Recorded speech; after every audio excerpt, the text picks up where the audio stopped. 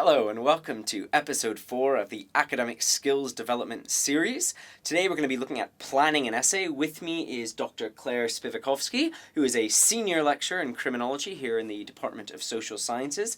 Hello, Claire. G'day, Jarrett. So, Claire, just to get us started, it's a really basic question, but what is an essay? Yeah, right. So an essay is basically an extended academic argument that builds logically and with a good structure. And pretty much it should have 3 parts to it. So it has to start off with a very clear introduction about what is it actually going to do, what is it trying to argue, how is it going to do that. Then it has a big body to it with several different paragraphs underneath it, and we'll talk about that more in a moment. And also a conclusion as well, to really wrap up and make sure that that argument's been thoroughly investigated. Excellent. There you have it. That's an essay. Yeah. So, Claire, why is it important to plan an essay? I guess planning an essay is really important for a couple of different reasons.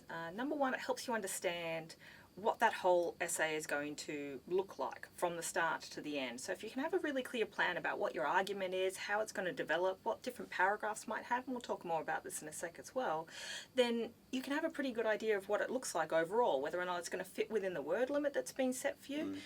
But also related to that then is, are there things missing from it? Are there things that maybe you need to do more research on as well?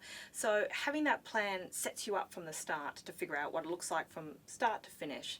But the other reason why it's really important as well is just for the overall understanding of the flow of the essay and the development of that argument as well. So you have a really clear picture of how it's going to develop, and then what the priorities are underneath it, and how you can link the different sections together so that you develop an overall single piece of document.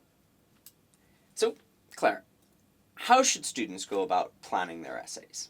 Well, I think there's a lot of different ways that you can do this, but I like to think about it in 4 different steps. So first off, I usually start with sort of brainstorming and coming up with a range of ideas. So what I usually do is I get the essay question in front of me and I highlight all the key words that I think it's asking me about, whatever the sort of topic is, or whatever the particular population is that it might cover, and so on and so forth. I then try and think about, what do I know about those particular terms or topics?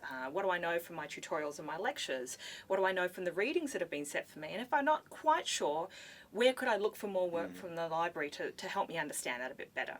I then, after I've got sort of a very messy looking piece of paper, try and make that a bit more connected. So I actually try and draw a proper mind map of it. So starting with that sort of topic, what are the bits and pieces that do connect and how do they connect? And that helps me visually understand what my essay might actually cover.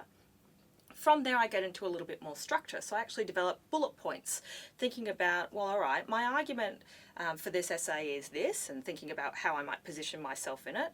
And I know that it has to have all these bits in it, so how logically will that progress? What does paragraph 1, 2, 3 look like, and what do they relate to? And then what might paragraph 4, 5 and 6 look like? What do they relate to, and how might I draw those sort of links in between? And then finally from that gives me a chance to actually develop a proper full essay plan, which goes back to the point that we started with about having that really clear introduction. What's my argument going to be about? And then the body of the text. What are each of those paragraphs going to argue that actually links back up to that introduction and what we've set up? And then how does that conclusion really round it off and send it home? So, how important is structure to an essay? Structure is really the most important part of an essay, because it's ultimately what allows the reader to come through the journey with you. So unless you have a really logical structure, which you set up from that plan, thinking through those sort of bullet points that you outlined for yourself, unless you do that logical move through developing that argument, your reader isn't quite going to understand where this is going, and they can draw their own conclusions that might not actually be what you wanted.